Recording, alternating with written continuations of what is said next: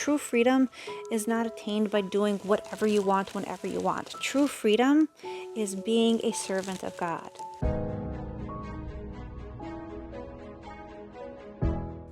Hey everybody, it's a few hours before Passover and I wanted to give you a tour and show you what's going on around here.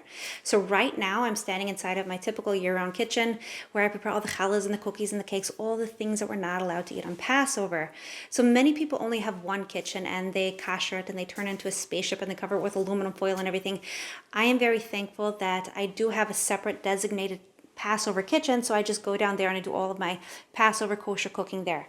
So this kitchen, we just scrubbed it down and we covered it with plastic sheets to remind us not to take from utensils around here, and just as an extra stringency so we're not coming into contact with things that are used for the products that we are not eating on Passover.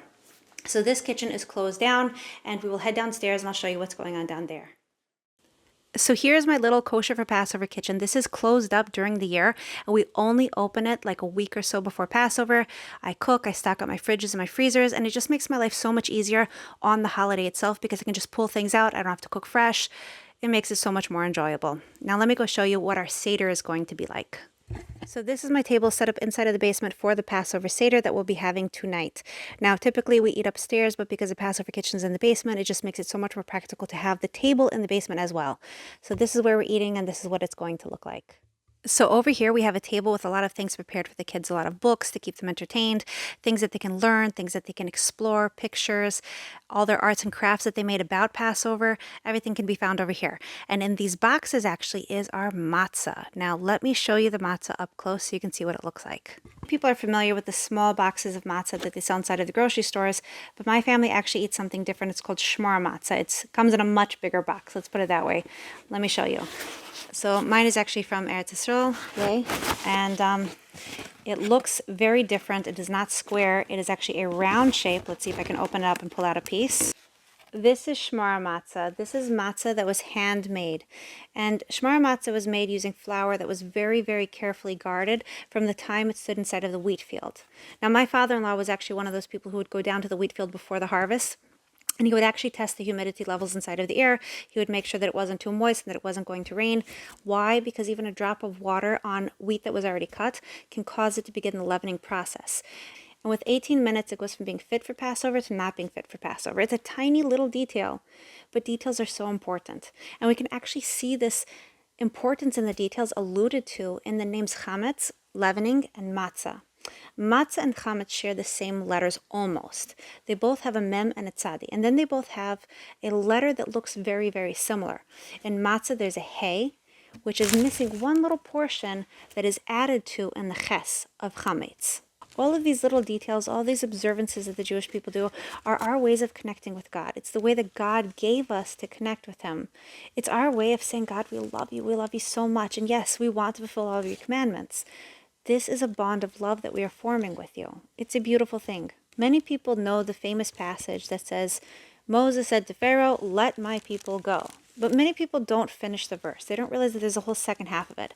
Moses approached Pharaoh in God's name and he said, let my people go in order that they may serve me. You see, God wanted the Jewish people to leave the land of Egypt in order to serve him. They were slaves in a decadent society, slaves to so many different things that were not appropriate. Many of them had assimilated. And God said, I need to get you out of there. I need to get you out of there, and I need you to come serve me. I need you to free yourself from Mitzrayim. Now, the word Mitzrayim, Egypt in Hebrew, is very closely related to the word Mitzarim, which means constrictions or limitations, boundaries.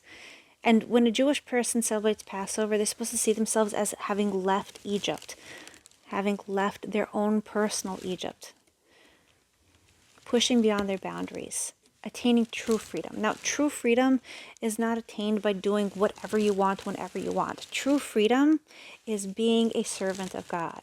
Let my people go that they may serve me.